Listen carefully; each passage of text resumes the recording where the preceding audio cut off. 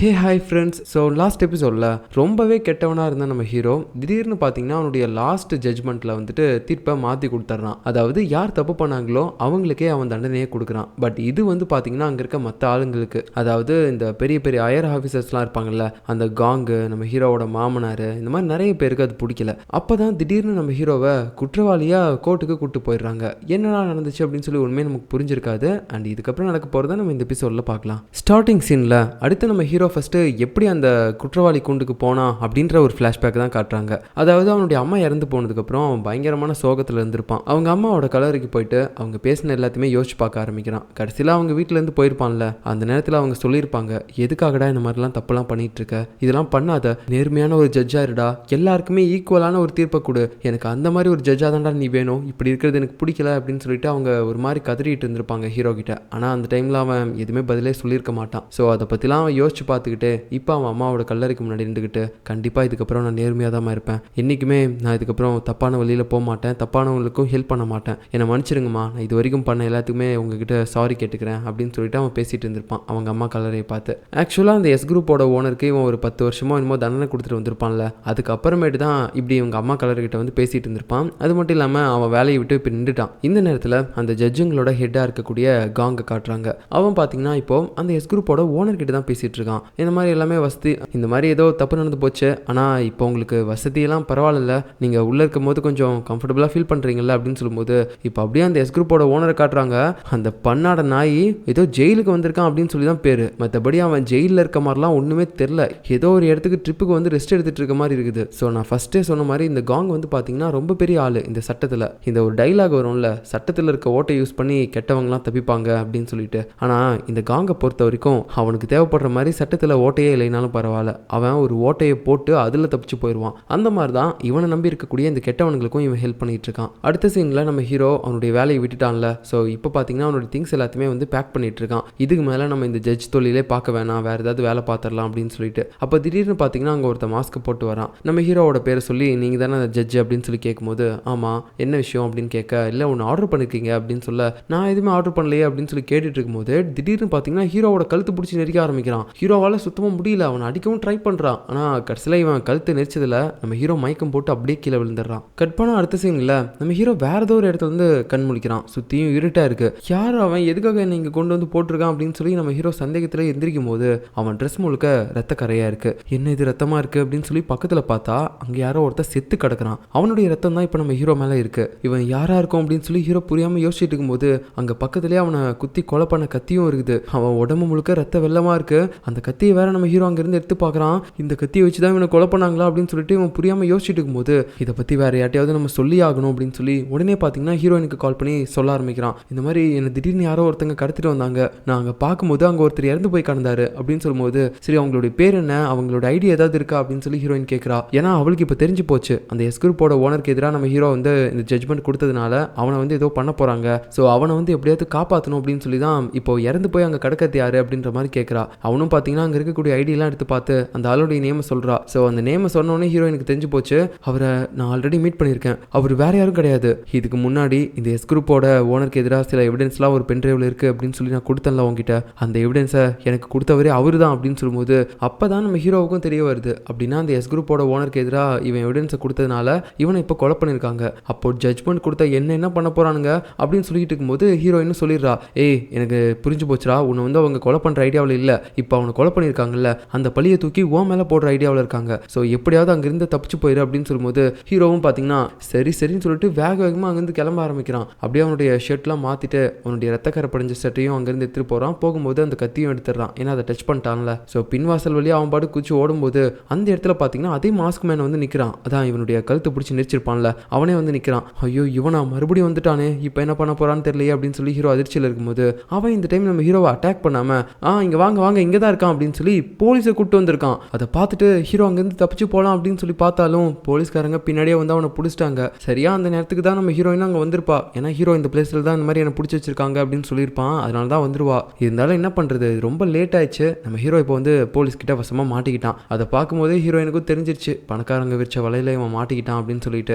அதுக்கப்புறம் என்ன, இது வரைக்கும் நம்ம ஹீரோ நிறைய குற்றவாளியை பார்த்துருப்பான், ஆனால் இப்போ முதல் தடவை அவனே ஒரு குற்றவாளியாக விசாரிக்கப்படுறான். அவனை வந்து ஒரு ஆஃபீஸர் பார்த்துட்டு அவனை கைது பண்ணும்போது என்னென்ன என்னென்னலாம் பொருள் வச்சுருந்தாங்களோ அது எல்லாத்தையுமே முன்னாடி வச்சுருக்கான். இந்த மாதிரி ரத்தக்கார படிஞ்ச அவனுடைய ட்ரெஸ்ஸு, அதுக்கப்புறம் இறந்து போன ஆளுடைய அந்த ஒரு ஐடி ப்ரூஃபு, அது மட்டும் இல்லாமல் முக்கியமாக கத்தி. ஸோ இது மூணையுமே வச்சு இந்த மாதிரி ட்ரெஸ்ஸில் அந்த ஆளுடைய ரத்தக்காரை இருக்குது, அப்புறம் முக்கியமாக அந்த ஆளுடைய ஐடி ப்ரூஃப் உங்ககிட்ட இருந்திருக்கு, அப்புறம் அந்த கத்தி. ஸோ இது எல்லாமே நாங்கள் அங்கேருந்து எடுத்திருக்கோம் உனக்கு எதிரான எவிடன்ஸ். ஆனால் இதுக்கப்புறமேட்டு நான் வந்து உங்ககிட்ட கேட்க போகிறது கிடையாது நீ தான் கொலை பண்ணியா அப்படின்னு சொல்லிட்டு. ஏன்னா இதை பார்க்கும்போதே தெரியுதுல்ல. இப்போ என்னோட கேள்வி எல்லாமே ஏன் கொலை பண்ண அப்படின்னு சொல்லி கேட்கும்போது, யோ நான் கொலை பண்ண கிடையாதுயா, வேற யாரோ ஒருத்தங்க கொலை பண்ணி அதில் என்னை ஃப்ரேம் பண்ண பார்க்குறாங்க, நான் பண்ணலை அப்படின்னு சொல்லும்போது அவனு சொல்கிறான், நான் ரங்கா நியாயமா இது இப்போது இதே மாதிரி எவிடன்ஸை வச்சுக்கிட்டு ஒரு கொலைகாரனை கூட்டிக்கிட்டு நான் அவனுடைய கோர்ட்டுக்கு வரேன்னு வச்சுக்கோயேன், நீ என்ன சொல்லியிருப்ப?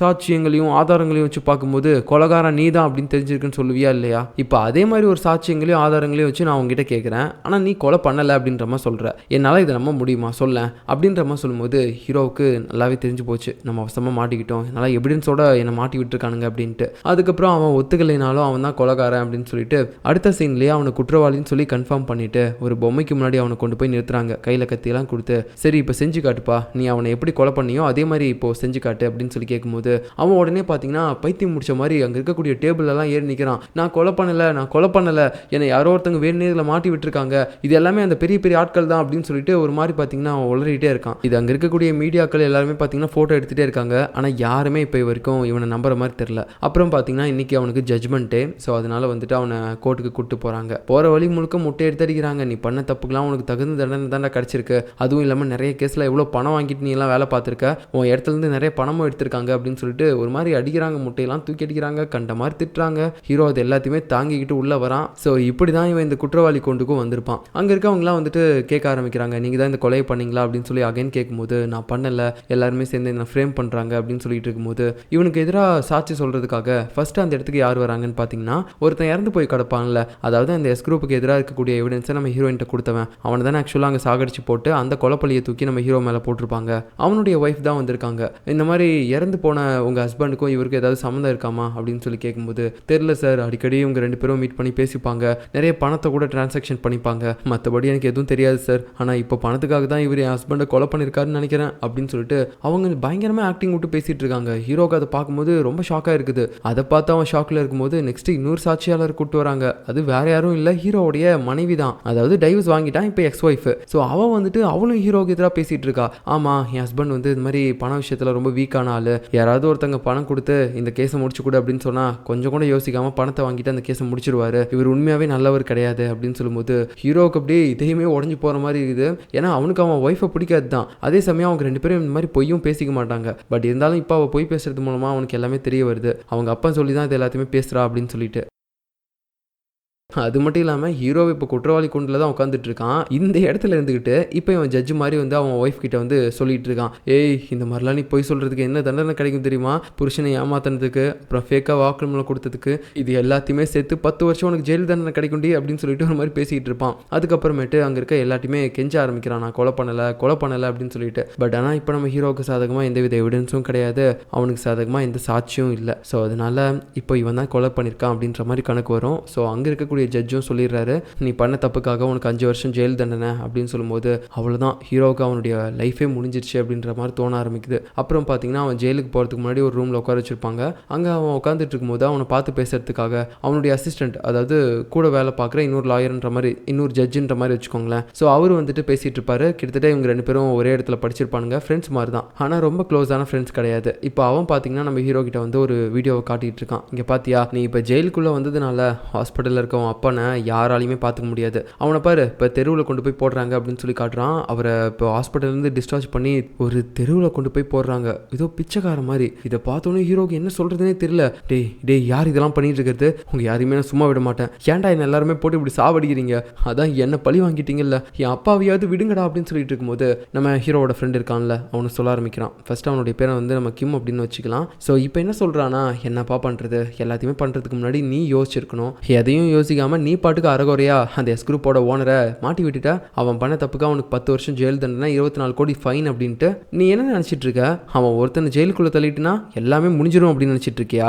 இது எல்லாத்தையுமே மேலேருந்து கண்ட்ரோல் பண்ணிட்டு இருக்கக்கூடிய நிறைய ஆட்கள் வெளியில் இருக்காங்க. அவங்க எல்லாரும் உன்னை சும்மா விடுவாங்கன்னு நினைக்கிறியா? நீ அவங்களால தான் இப்போ நீ இந்த நிலைமையிலையும் இருக்க அப்படின்னு சொல்லிட்டு அங்கே அப்படியே பார்த்தீங்கன்னா ஒரு டேப்லெட் எடுத்து வைக்கிறான். அதாவது இதுக்கு முன்னாடி அந்த எஸ் குரூப்போடைய சிஇஓ வந்து கைது பண்ணி விசாரிச்சுட்டு இருக்கும்போது அவன் வந்து உண்மையை கக்கிட்டானா நம்ம எல்லாருமே சேர்ந்து மாட்டிப்போம் அப்படின்னு சொல்லி அவனுக்கு ஒரு விஷ மாத்திரையை கொடுத்து நீ இதை சாப்பிடலைன்னா அவன் ஃபேமிலியை கொண்டுருவோண்டா அப்படின்னு சொல்லி அவனை பயங்குடுத்தி சாப்பிட வச்சு சாகடிச்சிருப்பாங்கல்ல. அதே மாதிரி தான் இப்போ நம்ம ஹீரோவையும் நீ இதை சாப்பிடலைன்னா அவங்க அப்பாவை வெளியே கொடுமை பண்ணுவாங்க அப்படின்னு சொல்லிட்டு இருக்கும்போது ஹீரோவுக்கு ஒன்றுமே புரியல. ஆனால் அவனுக்கு பயங்கர கோவம் வந்துடுது. என்னடா நினச்சிட்டு இருக்கீங்க, என்னையும் சாகடிக்க போறீங்களா அப்படின்னு சொல்லிட்டு ஒரு மாதிரி கதறிட்டு இருக்கும்போது அவன் உடனே ஹீரோவையே கீழே தள்ளி நீ தாண்டா முட்டாள்தனமா எல்லாத்தையுமே பண்ணிட்ட, எதையாவது பண்றதுக்கு முன்னாடி யோசிச்சு பண்ணி தொலைஞ்சிருந்தா இப்போ இவ்வளோ பெரிய பிரச்சனையே வந்திருக்காது, எல்லாம் உன்னால் தான், ஒழுங்கா சாப்பிட்டு சாகிற வேலையை பாரு அப்படின்னு சொல்லிட்டு ஏதோ டீ குடிக்கிற மாதிரி அவன் சொல்லிட்டு போயிடுறான். ஹீரோவுக்கு மண்டையை வெடிக்கிற அளவுக்கு ப்ரெஷராக இருக்கு. அந்த மாத்திரையையும் ஒரு பக்கம் பார்த்துக்கிட்டே இருக்கான். என்ன பண்ணுறதுன்னு யோசிச்சுட்டே இருந்தவன் கடைசியில் பார்த்தீங்கன்னா மாத்திரையை சாப்பிட்டான் போல.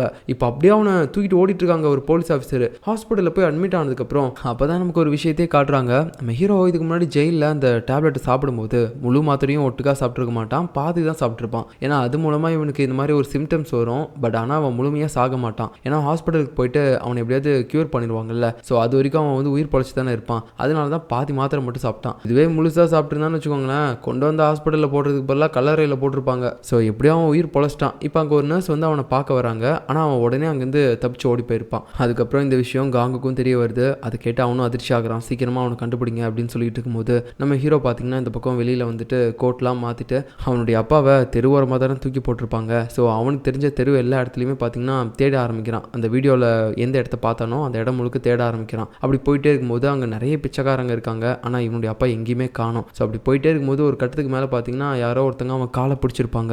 உடனே விட்றான்னு சொல்லி இந்த டைமில் தான் இவன் வந்து போட்டு அடிச்சிட்டு இருந்திருப்பான். இந்த சீன் தான் நம்ம ஸ்டார்டிங்லேயே பார்த்துட்டு இருந்திருப்போம். பட் திடீர்னு பார்த்தீங்கன்னா இவன் போட்டு அடிச்சவன் அவங்க அப்பா மாதிரி தெரியுறாரு. உடனே பக்கத்தில் போயிட்டு அப்பா நீங்களா அப்படின்னு சொல்லி கேட்டுட்டு இருப்பான். பட் அதுக்கப்புறமேட்டு தான் தெரிய வருது இது நம்ம அப்பா இல்லை அப்படின்னு சொல்லிட்டு. அப்புறம் அவன் பின்னாடி நடந்து வரும்போது அந்த இடத்துல தான் நம்ம ஸ்டார்டிங்கில் பார்த்தோம்ல அந்த சீன் நடந்திருக்கும். அந்த மாஸ்க் போட்டு வந்த ஒருத்தன் வந்துட்டு ஹீரோவோட கழுத்திலே சதக்குன்னு குத்தி இதாண்டா உனக்கான முடிவு அப்படின்னு சொல்லிட்டு அங்கேருந்து போயிட்டு அவனுடைய ஓனரை பார்த்து வணக்க வைக்கிறான். யாரா அவன் ஓனர் அப்படின்னு சொல்லி ஹீரோ பார்த்தா அது வேற யாரும் கிடையாது, இந்த ஜட்ஜுங்களுக்கெல்லாம் ஹெட்டாக இருப்பான்ல காங்க, அவனே தான். அப்போ தான் நம்ம ஹீரோவுக்கும் தெரிய வருது நீ தான் இவங்க எல்லாருமே கண்ட்ரோல் பண்ணுறவனடா அப்படின்னு சொல்லிட்டே இருக்கும்போது அவன் அப்படியே பொத்துன்னு கீழே விழுந்து செத்து போயிடுறான். ஸோ கட் பண்ணால் அடுத்த சீன்லேயே இவன் வேற ஏதோ ஒரு இடத்துல இருந்து கண் முழிக்கிறான். எங்கே இருக்கான் அப்படின்னு சொல்லி அவனுக்கே தெரியல. ஏதோ ஒரு இடத்துல இவனுக்கு மட்டும் ஒரு மாதிரி ஸ்பாட்லைட்லாம் வச்சு அடிச்சு காட்டிட்டு இருக்காங்க. இவன் பாட்டுக்கு லூசு மாதிரி சுற்றி முத்தியும் பார்த்துட்டே இருக்கான். நான் எங்கே இருக்கேன் அப்படின்னு சொல்லிட்டு. அப்போ பக்கத்துலேயே அவனுடைய அம்மாவும் இருக்காங்க. அம்மா நீங்கள் எங்கே இருக்கீங்க அப்படின்னு சொல்லி கேட்டுட்டு இருக்கும்போது அங்கே இன்னொரு லைட் அடிக்குது. அந்த இடத்துல இப்போ இறந்து போயிருப்பாள்ல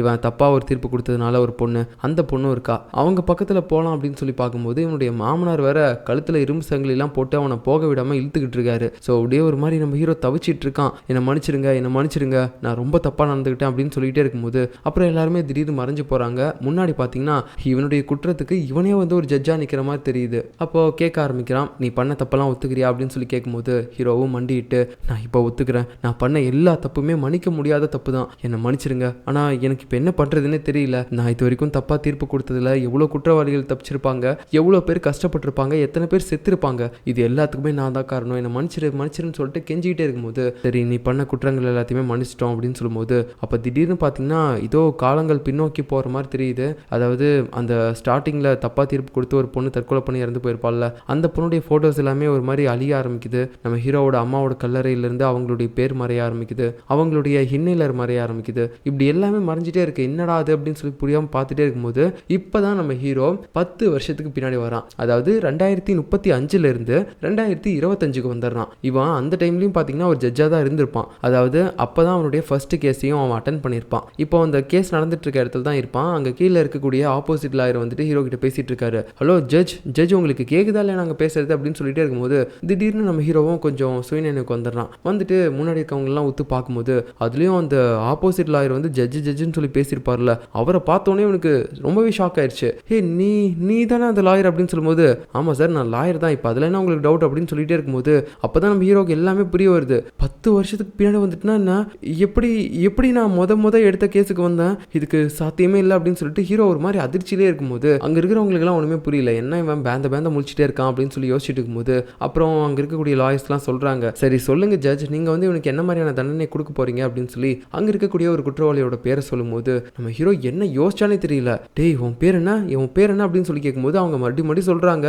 அந்த பேரை சொன்னதுக்கு அப்புறம் ஹீரோ அப்படியே தாவி போறான். முன்னாடி ஒரு ஜட்ஜுன்றதே மறந்துட்டான். கீழே அவன் பாட்டுக்கு டேபிள்லாம் எகிரி குச்சி போறான். ஏன்டா டேய் பண்ணாடா, உன்னால தான்டா நான் பல நாள் தூக்கம் கேட்டு கிடந்தேன். நான் சத்தியமா உன்னை விட மாட்டேன்டா, உன்னை விட மாட்டேன். இதுக்கு தானே நான் பல வருஷங்கள் காத்துட்டு இருந்தேன். என்னால இப்ப நம்பவே முடியல. நான் இதுக்கு மேல செத்தாலும் பரவாயில்ல, உனக்கு ஒரு தூக்கு தண்டனை கொடுக்காம நான் விட மாட்டேன்டா. உனக்கு நான் கொடுக்க போறது மரண தண்டனை. நீ சாகக்கூடிய ஆள் தான்டா, நீ சாகிறதுக்கு தகுதியான ஆள் தான்டா அப்படின்னு சொல்லிட்டு ஒரு மாதிரி பாத்தீங்கன்னா பயங்கர கோவத்தோட பேசிட்டே இருக்கான். அங்க இருக்க யாருக்கும் எதுவுமே புரியல. ஐயோ ஜட்ஜ் உங்களுக்கு என்ன ஆச்சு, ஏதோ சாமி வந்து ஆடுற மாதிரி ஆடிட்டு இருக்கீங்க, இங்க பாருங்க இவன் வெறும் திருட்டு தான் பண்ணியிருக்கான், இதுக்கு எதுக்காக போயிட்டு நீங்க மரண தண்டனை கொடுக்குறீங்க அப்படின்னு சொல்லிட்டு இருக்கும்போது நம்ம ஹீரோக்கு ஒன்றுமே புரியல. இது திருட்டு வேலை தான் பண்ணியிருக்கானா? இல்ல இவன் சாதாரண ஆள் கிடையாது, இவனுக்கு நான் மரண தண்டனை தான் கொடுப்பேன், மரண தண்டனை அப்படின்னு சொல்லிட்டு ஹீரோ பாட்டுக்கு வெளியில பைத்தியமாட்ட ஓட ஆரம்பிக்கிறான். ஸோ எதுக்காக அந்த குற்றவாளி மேலே நம்ம ஹீரோ இவ்வளோ கோவப்படணும், அவனால் தான் பல நாள் தூக்கமே இல்லை அப்படின்றத நம்ம ஹீரோ ஏன் சொல்லணும் அப்படின்ற எல்லாத்தையுமே நம்ம பொறுத்து இருந்தால் பார்க்கணும். அதுக்கப்புறம் நம்ம ஹீரோ பார்த்தீங்கன்னா டேரெக்டாக பாத்ரூமுக்கு போகிறான். அங்கே போயிட்டு அவனுடைய கண்ணாடியை பார்க்குறான். அப்புறம் ஃபோனையும் எடுத்து பார்க்குறான். ஐயோ நிஜமாவே 2025 தானா, என்னால் இதை நம்பவே முடியல அப்படின்னு சொல்லிட்டு வளைச்சு அவன் மூஞ்ச பார்த்துட்டே இருக்கான். ரொம்ப அழகாயிட்டனே, என்னோட முடியெல்லாம் கூட ரொம்ப கருப்பாக இருக்குதே அப்படின்னு சொல்லிட்டே இருக்கும்போது பின்னாடி இருந்து ஒரு ஆஃபீஸர் வந்து புறமண்டியில் அடிக்கிறாரு. ஐயோ சார் யார் நீங்கள் அப்படின்னு சொல்லி கேட்கும்போது இது யாரா மவனே சாவடிச்சிருவேன், எதுக்காகடா நீ அந்த மாதிரி ஒரு தீர்ப்பு கொடுத்த, சாதாரண திருடண்டா அவனுக்கு போயிட்டு நீ மரண தண்டனை கொடுத்து வச்சிருக்கிற, என்ன நினைச்சிட்டு இருக்க அப்படின்னு சொல்லிட்டு இருக்கும்போது அப்பதான் நம்ம ஹீரோவுக்கு ஞாபகம் வருது 10 வருஷத்துக்கு முன்னாடி இவர் தான் வந்து இவனுக்கு ஒரு சீனியர் ஆஃபீஸரா இருந்திருப்பாரு. ஸோ அதனால அதை யோசிச்சு பார்த்துட்டு ஓகே சார் நான் ஏதோ தெரியாம கொடுத்துட்டேன், என்ன மன்னிச்சிருங்க, இதை நானே சரி பண்ணிடுறேன் சார், நீங்க கவலைப்படாதீங்க அப்படின்னு சொல்லிட்டு அவன் பாட்டுக்கு போறான். வெளியில வரும்போது அவன் நிறைய டாக்குமெண்ட்ஸ்லாம் ஆல்ரெடி கீழே போட்டிருப்பானா, அது எல்லாத்தையுமே அங்கே இன்னொரு ஜட்ஜ் வந்து பொறுக்கி கொடுத்துட்டு இருப்பாரு. அவனை எங்கேயோ பார்த்த மாதிரி இருக்கே அப்படின்னு சொல்லிட்டு ஹீரோ ஊத்து பார்க்குறான். அப்பதான் தெரிய வருது அவன் வேற யாரும் இல்லை. இப்போ ஃபியூச்சர்ல நான் கூட ஹீரோடைய ஃப்ரெண்டு 2 பேரும் ஒரே ஸ்கூல்ல படிச்சிருப்பாங்க. அப்புறம் முக்கியமா நம்ம ஹீரோ கிட்ட அவன் வந்து விஷ மாத்திரையெல்லாம் கொடுத்துருப்பான்ல, அவனே தான் அவன். ஸோ இதை பார்த்தோன்னே ஹீரோவுக்கு ரொம்ப காண்டாகுது. ஏண்டா நீ தானே வந்து என்னை சாகணும் அப்படின்னு சொன்னவன் அப்படின்னு சொல்லி கோவத்தோட அவனை அடிக்கலாம் அப்படின்னு சொல்லி எகறான். ஆனால் அதுக்கப்புறமேட்டு தான் தெரிய வருது அவனை அப்படியே கட்டி பிடிச்சிக்கிட்டு ஹீரோ மனசுக்குள்ளேயே யோசிச்சுட்டு இருக்கான். இவன் எதிர்காலத்தில் தானே எனக்கு எதிராக திரும்புவான், இப்போதைக்கு அவன் எனக்கு நல்லவனாக தான் இருப்பான், அதனால நம்ம எதுவுமே தெரியாத மாதிரி பார்த்துக்கலாம் அப்படின்னு சொல்லிட்டு ஒரு மாதிரி கட்டி பிடிச்சிட்டு இருப்பான். அவனுக்கு ஒன்றுமே புரியல. டே என்னடா ஆச்சு, ஏன்டா இந்த மாதிரிலாம் பண்ணிட்டு இருக்க அப்படின்னு சொல்லும்போது ஒன்றும் இல்லடா சும்மா அப்படின்னு சொல்லுவான். அதுக்கப்புறம் பார்த்தீங்கன்னா வெளியில் வந்துட்டு அவன் எடுத்தோடனே அவன் அம்மாவுக்கு தான் கால் பண்ணுறான். ஏன்னா இப்போ அவன் 10 வருஷத்துக்கு பின்னோக்கி வந்திருக்கான் அப்படின்னா கண்டிப்பாக அவனுடைய அம்மாலாம் இறந்து போயிருக்க மாட்டாங்க. அதனால தான் அவங்களுக்கு கால் பண்ணுறான். அம்மா எப்படிமா இருக்கீங்க, நல்லா இருக்கீங்களாம்மா, அம்மா அந்த ஹாஸ்துமா மாத்திரலாம் போடுங்கம்மா, இன்னையில பக்கமாக வச்சுக்கோங்கம்மா, நல்லா சாப்பிடுங்க, உடம்பு நல்லா பார்த்துக்கோங்கம்மா அப்படின்னு சொல்லிகிட்டே இருக்கும்போது அவங்க ஒரே வார்த்தையா ஏய் யாராது என்ன ஸ்கேம் பண்ண பார்க்குறது, என் பையன் என்றைக்குமே நான் அம்மான்னு கூப்பிட்டது கிடையாது, இவ்வளோ கேரிங்காக பேசினதே கிடையாது, அப்படி இருக்கும்போது இந்த மாதிரிலாம் பேசி என் பையன் மாதிரி ஆக்டிங் பண்ண பார்க்குறீங்களா, நான்லாம் இதுக்கு ஏமாற மாட்டேன் அப்படின்னு சொல்லி கட் பண்ணிடுறாங்க. ஆனால் அதுக்கப்புறமேட்டு தான் அவங்களுக்கு ஒரு விஷயமே ஞாபகம் வருது. அவங்க பையன் நம்பரும் இதுவும் ஒன்று தான், என்ன இது நம்ம பையன் தானே அப்படின்னு சொல்லிட்டு அவங்க மறுபடியும் ரிட்டர்ன் கால் பண்ணி பார்க்குறாங்க. அப்போ தான் நம்ம ஹீரோ சொல்கிறான், அம்மா நான் தாம்மா உங்கள் பையன் அப்படின்னு சொல்ல, அட நீயாப்பா சாரிப்பா நீ இந்த மாதிரிலாம் பேசினதே இல்லைல்ல அதான் அம்மாவுக்கு தெரியல அப்படின்னு சொல்லிட்டு இருக்கும்போது சரிம்மா உடம்பு பார்த்துக்கோங்க அப்படின்னு சொல்லி ஃபோனை கட் பண்ணுறான். அதுக்கப்புறம் நம்ம ஹீரோ அவனுடைய ஆஃபீஸ்க்கு போயிட்டு அங்கே கம்ப்யூட்டர்லாம் சர்ச் பண்ண ஆரம்பிக்கிறான். என்னன்னா 2035 அதாவது இப்போலேருந்து 10 வருஷத்துக்கு முன்னாடி இவன் இறந்து போனதுக்கு காரணம் யார், 2 பேர் தான். ஒன்று அவன் அந்த கேஸை நடத்திட்டு இருந்தால எஸ் குரூப்போட ஓனர் அவன், ரெண்டாவது பார்த்தீங்கன்னா அந்த காங்கு அதாவது ஜட்ஜுகளுக்குலாம் ஹெட்டாக இருந்தால அவன். ஸோ இவங்க 2 பேரும் இந்த டைமில் என்ன பண்ணிட்டு இருந்தாங்க அப்படின்றது தான் சர்ச் பண்ணி பார்க்குறான். 10 வருஷத்துக்கு முன்னாடி அந்த எஸ் குரூப்போட ஓனர் பார்த்தீங்கன்னா ஏதோ சின்னதாக ஒரு கம்பெனி வச்சு தான் ரன் பண்ணிட்டு இருக்கான். அவன் ஒரு பெரிய ஆள் கூட கிடையாது. அதுக்கப்புறமேட்டு அந்த காங்கை பார்க்குறான். அவனும் வந்து இந்த ஜட்ஜுங்களுக்குலாம் ஹெட்டு கிடையாது, நார்மலான ஒரு ஜட்ஜாக தான் இருந்திருக்கான். ஸோ இவங்க 2 பேருக்கும் கண்டிப்பாக நான் எப்படியாவது தண்டனை வாங்கி கொடுத்தே ஆகணும். இவங்க மட்டும் இல்லை, இன்னும் ஃபியூச்சரில் யார் யாரெல்லாம் தப்பு பண்ண போகிறாங்களோ அவங்க எல்லாருக்கும் நான் இப்போவே தண்டனை வாங்கி கொடுத்தாகணும். இதுக்கு மேலேயாவது நான் ஒரு உண்மையான ஜட்ஜாக இருக்கணும் அப்படின்னு சொல்லிட்டு ஹீரோ அவனுடைய மனசுக்குள்ளேயே யோசிச்சுட்டு இருக்கான். அதுக்கப்புறம் நம்ம ஹீரோ வீட்டுக்கு போகலாம் அப்படின்னு சொல்லி பார்க்குறான். வெளியில் அவனுக்குன்னு சொந்தமாக கார்லாம் எதுவுமே கிடையாது. இந்த நேரத்தில் நான் எப்படி வீட்டுக்கு போவேன், இல்லை எப்படி ட்ராவல்லாம் பண்ணுவேன் அப்படின்னு சொல்லி யோசிக்கும் போது அப்போ தான் அவனுக்கு ஞாபகம் வருது. இந்த டைமில் அவனுக்குன்னு ஒரு ஃப்ரெண்டை வச்சுருந்துருப்பான். அவனுக்கு தான் இப்போ கால் பண்ணுறான். உடனே பார்த்தீங்கன்னா அந்த ஃப்ரெண்டுக்காரனும் கால் அட்டன் பண்ணி என்னடா அப்படின்னு சொல்லி கேட்கும்போது ஒன்றும் இல்லைடா நான் வீட்டுக்கு போகணும், எனக்கு ஒரு கார் கொண்டு வா, இல்லைனா ஏதாவது ஒரு கார் வாடகைக்காவது பார்த்து சொல்லு அப்படின்னு சொல்லும்போது டேய் உனக்கு என்ன ஞாபகம் மத்தியாடா, நேற்று தானே உனக்கு ஒரு கார் கேட்ட வாங்கணும் அப்படின்னு சொல்லிட்டு, அதனால தான் நான் கூட செகண்ட் ஹேண்டில் ஒரு கார் பார்த்து சொல்கிறேன்னு சொன்னேன், இப்போ என்ன திடீர்னு இப்படி சொல்கிற அப்படின்னு சொல்லும்போது ஓ ஆமாம்ல மறந்துட்டேன்டா அப்படின்னு சொல்லி நம்ம ஹீரோ ஃபோனை கட் பண்ணிடுறான். ஆனால் இந்த ஃப்ரெண்டுக்காரன் பார்த்தீங்கன்னா இந்த பக்கம் ஒரு பெரிய அடியாளாக இருப்பான் போல், நிறைய பேரை போட்டு அடிச்சு வச்சிருக்கிறான். இப்போ அதுக்கடுத்து நம்ம ஹீரோ பார்த்தீங்கன்னா வேற ஏதோ ஒரு இடத்துக்கு போகிறான். அங்கே போயிட்டு ஒரு வீட்டையே ஊத்து பார்த்துட்டு இருக்கான். அப்போ அவனுடைய ஃப்ளாஷ்பேக்கில் ஒரு விஷயத்தை பற்றியும் யோசிக்கிறான். அது என்ன அப்படின்னா இப்போ ஒரு திருட்டு கேஸில் ஒருத்தனை பார்த்து நீ உண்மையாகவே நல்லவன் கிடையாதுடா, உனக்கு வந்து மரண தண்டனை தான் நான் கொடுக்க போகிறேன் அப்படின்னு சொல்லிட்டு இருந்திருப்பான். இருப்பான்ல. ஸோ எதுக்காக நம்ம ஹீரோ அவனுக்கு அப்படி ஒரு தண்டனை கொடுத்தான் அப்படின்னு பார்த்தீங்கன்னா, இதுக்கு முன்னாடி இந்த கேஸை நம்ம ஹீரோ எடுத்திருப்பான்ல, அதாவது காலம் கடந்து அவன் இப்போ 2025க்கு வரதுக்கு முன்னாடியே இந்த 2025 காலகட்டத்தை நம்ம ஹீரோ கடந்து போயிருப்பான்ல. ஸோ அந்த டைம்லேயும் வந்து நம்ம ஹீரோ அவனுடைய கேஸை வந்து எடுத்திருப்பான், அந்த திருட்டு பையனோட கேஸை. ஏதோ நார்மலான ஒரு கேஸாக இருக்குது அப்படின்னு சொல்லிட்டு அவனுக்கு ஒரு சின்ன தண்டனை மட்டும் நம்ம ஹீரோ கொடுத்துட்டு விட்டுருப்பான். ஆனால் அதுக்கப்புறமேட்டு அவன் போய் என்ன பண்ணியிருப்பான்னு பார்த்தீங்கன்னா, ஒரு குழந்தைய கொன்றிருப்பான். கிட்டத்தட்ட அவன் ஒரு சைக்கோ கில்லர் மாதிரி. ஸோ அதனால நம்ம ஹீரோ அதுக்கப்புறமேட்டு தான் நினச்சி ரொம்பவே ஃபீல் பண்ணியிருப்பான். நிறைய நாள் தூங்காமையும் இருந்திருப்பான். நம்ம வந்து அன்றைக்கே அவனுக்கு ஒரு தகுந்த தண்டனை கொடுத்துருக்கணும், அவனை வெளியே விட்டது ஏன் தப்பு தான் அப்படின்னு சொல்லிட்டு நம்ம ஹீரோ புலம்பி இருந்திருப்பான். ஸோ அதனால தான் இப்போயாவது இவனை விட்டுறக்கூடாது, இவனுக்கு வந்து ஏதாவது ஒரு மரண தண்டனை கொடுக்கணும் அப்படின்னு சொல்லிட்டு லூஸ் மாதிரி கொடுத்துட்டு வந்திருப்பான். ஆனால் அதுக்கு ஆதாரம்லாம் வேணும்ல, அவன் ஒரு கொலகாரன் அப்படின்னு சொல்லி நிரூபிக்கிறதுக்கு. அதனால தான் இப்போ அந்த சைக்கோட வீட்டுக்கு முன்னாடி வந்து நம்ம ஹீரோ நிற்கிறான். அப்போ கரெக்டாக அந்த வழியாக தான் அந்த ஆப்போசிட் லாயரும் வராரு. என்ன சார், என்ன நீங்கள் இங்கே பண்ணுறீங்க, அங்கே தான் லூஸ் மாதிரி தான் பேசிட்டு வந்தீங்கன்னு பார்த்தீங்கன்னா இங்கேயும் அந்த பையனோட வீட்டுக்கு முன்னாடி வந்து நிற்கிறீங்க, உங்களுக்கு என்னதான் ஆச்சு அப்படின்னு சொல்லி கேட்கும்போது, இல்லை ஒன்றும் இல்லை, நான் உள்ளே போய் பார்க்கணும், ஒரு சில விஷயங்கள் செக் பண்ணணும் அப்படின்னு சொல்லும்போது, சார் அவன் பர்மிஷன்லாம் இல்லாமல் உள்ளே போக முடியாது, அவன் பர்மிஷன் இல்லாமல் போனால் தான் உள்ளே நமக்கு எல்லாருமே செக் பண்ண முடியும் அப்படின்னு சொல்லிட்டு நம்ம ஹீரோ பார்த்தீங்கன்னா அந்த லாயரையும் கூட்டிகிட்டு உள்ளே போக ஆரம்பிக்கிறாரு. அந்த லாயர் ஃபஸ்ட்டு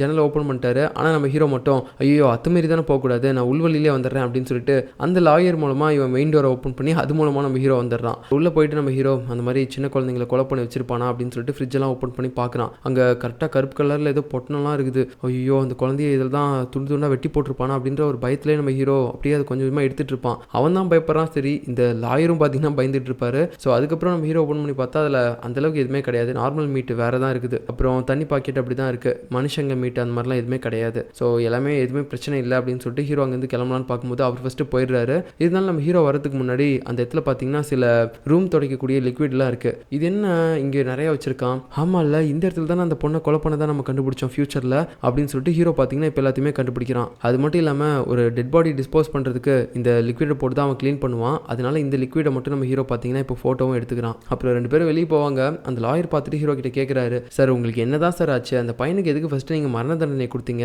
அதுவும் இல்லாமல் எதுக்காக இப்போ இவன் வீட்டுக்குலாம் வந்துட்டு இந்த மாதிரிலாம் பண்ணிட்டு இருக்கீங்க, உங்களுக்கு என்னதான் ஆச்சு அப்படின்னு சொல்லி கேட்கும்போது, நான் சொல்கிற எதுவுமே இப்போ உனக்கு புரியாது, ஆனால் அவன் ஒன்றும் சாதாரண ஆள் கிடையாது, அவன் ஒரு பயங்கரமான குற்றம் பண்ணக்கூடிய ஒருத்தன், அதை அவன் பண்ணுறதுக்கு முன்னாடி தடுக்கணும்னு சொல்லி தான் நான் இந்த அளவுக்கு போராடுறேன், என்னை நம்பு அப்படின்னு சொல்லிட்டு ஹீரோ பாட்டுக்கு அங்கேருந்து போகிறான். இந்த லாயருக்கு ஒன்றுமே புரியல. இப்போ வரைக்கும் நம்ம ஹீரோவை ஒரு பைத்தியம் அப்படின்ற மாதிரி தான் நினச்சிட்டு இருக்காரு. ஸோ இதுக்கப்புறம் நடக்க போகிறத நம்ம அடுத்த எபிசோடில் பார்க்கலாம். பாய்.